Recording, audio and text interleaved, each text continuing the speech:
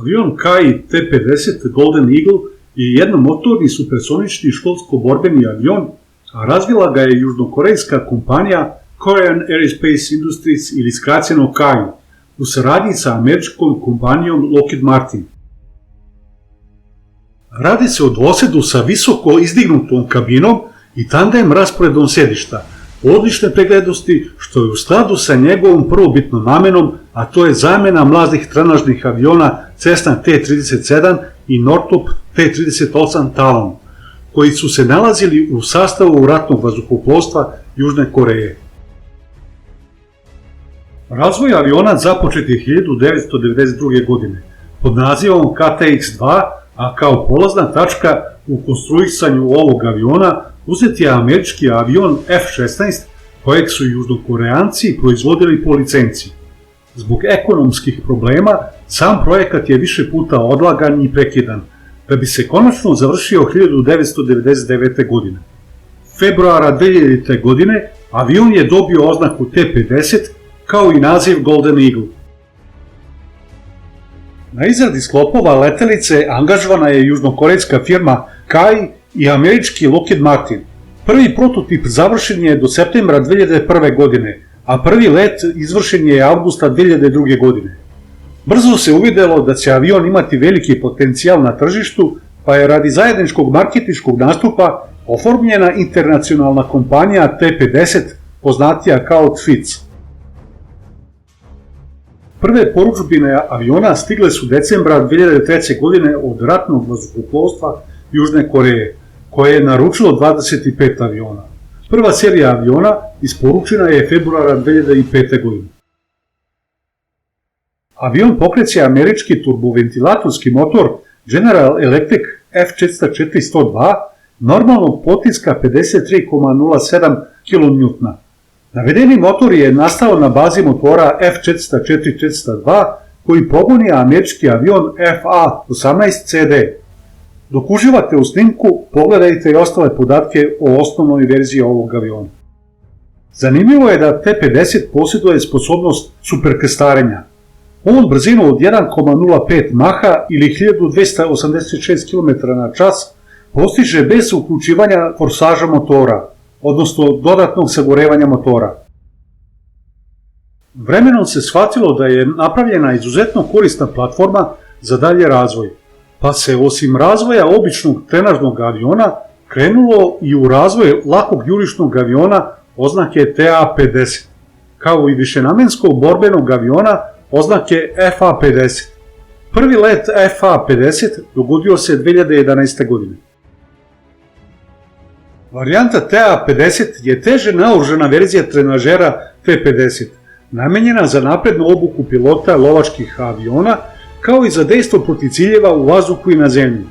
U varijanti TA-50 ugrađen je izraelsko-impulsno-doplerski višenamenski radar dometa do 150 km u prednjoj polusferi za cilj tipa lovački avion. Posjeduje magistrale podataka za integraciju naoružanja, a mogu se postaviti i dodatni sistemi za izviđanje, nišanjenje i elektronsko ratovanje. FA-50 je višenamenski avion, naprednija verzija osnovne verzije aviona. Posjeduje povećani unutrašnji kapacitet goriva, isti ali unapređeni radar i poboljšanu avioniku. Pored toga, posjeduje i signalizator radarskog ozračenja, sistem za izbacivanje mamaca, taktički data link, sistem nosnog vida, sistem za razmjenu i snimanje podataka, a može nositi i kontejnere sa opremom za elektronsko ratovanje i kontejnere sa opremom za praćenje i nišanjenje. Potencijalnim kupcima ovog aviona ponuđeni su različiti motori povećane snage i AESA radari različitih stranih i domaćeg proizvođača. Takođe, moguća je konverzija aviona verzije T-50 u standard FA-50.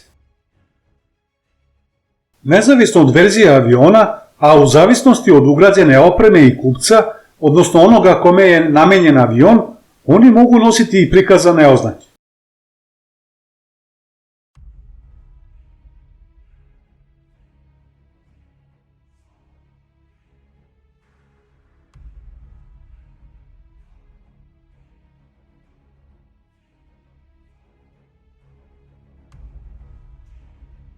U varijante TA-50 i FA-50 je integrisan trocevni rotirajući top General Dynamics Armament M61 Vulcan, kalibra 20 mm sa borbenim kompletom od 205 granata. FA-50 nosi do 4,5 tone tereta na jednom potrupnom, 4 potkrilna i 2 nosača na krajevima krila, koji se koriste za rakete vazduh-vazduh. Pored prikazanog, na avionu se mogu integrisati i rakete drugih proizvođača, među kojima je i raketa srednjeg dometa Meteor i kratkog dometa Asram, dostupnih za integraciju na KI platformi FA-50 i buduće borbene avione sledeće generacije oznake KFX. Za napade na ciljeve na zemlji, u skladu sa prikazanim, avioni posjeduju čitav arsenal vođenih i nevođenih raketa i aviobombi. FA-50 ima mogućnost korišćenja vođenih aviobombi Spice 1000 i Spice 2000. Zanimljivo je da je moguća integracija umanjene verzije krstarice rakete CAPT 350 Taurus, čime ovaj avion dobija mogućnost preciznog dejstva na ciljeve na udaljenosti do 400 km. Za potrebe takmičenja u okviru američkog programa TX, 2016. godine izrađena je varijanta KI-LM T-50 TKS. Avion posjeduje kokpit po ugledu na američke avione 5. generacije, što uključuje displej velike površine, leđnu grbu za dodatno gorivo, kao i sistem za dopunu goriva u vazduhu. Na takmičenju ga je pobedio avion T-7 Red Hawk, namijenjen za obuku pilota aviona 5. generacije. Na sajmu ADEX 2017 u oktobru 2017. godine KAI je predstavio T-50A kao novu varijantu zasnovanu na višenamenskom borbenom avionu FA-50, koji posjeduje sve navedene izmene izvedene na avionu namenjenom za pomenuto takmičenje u Sjedinjenim Američkim Državama. U januaru 2019. godine KAI je započeo razvoj poboljšanih verzija FA-50 poznatijih kao Block 10 i Block 20. Block 10 je nadogradnja softvera, tako da može da koristi kontejner za osmatranje i nišanjenje proizvođača Lockheed Martin, dok Block 20 poboljšava sposobnosti za izvođenje misija vazduh-vazduh van vidnog polja, nosioci rakete kao što su AIM-120 AMRAAM. Do sada je proizvedeno preko 200 primjeraka ovog aviona u svim njegovim verzijama, a kupile su ga i koriste, pored Južne Koreje, i Indonezija, Irak, Filipini i Tajland. Za kupovinu ovog aviona zainteresovani su i Azerbejdžan, Brunei, Pakistan, pa čak i Španija, a bio je ponuđen i Hrvatskoj. Cena običnog trenažera aviona T-50 je oko $20 miliona, dok cena aviona FA-50 sa dodatnim modifikacijama prelazi $30 miliona. Borbeno ga je koristila filipinska vojska u lokalnom sukobu protiv terorističke Maute i Abu Sajaf, sledbenika takozvane islamske države, u gradu Butik, provincija Lanao del Sur. Da zaključimo, radi se o školsko-borbenom avionu odličnih karakteristika, sa već integrisanim sistemima naoružanja različitih svetskih renomiranih proizvođača širokog izbora, kako za dejstvo po ciljevima u vazduhu, tako i za dejstvo po ciljevima na zemlji, sa mogućnošću nadogradnje i daljeg unapređenja potencijala.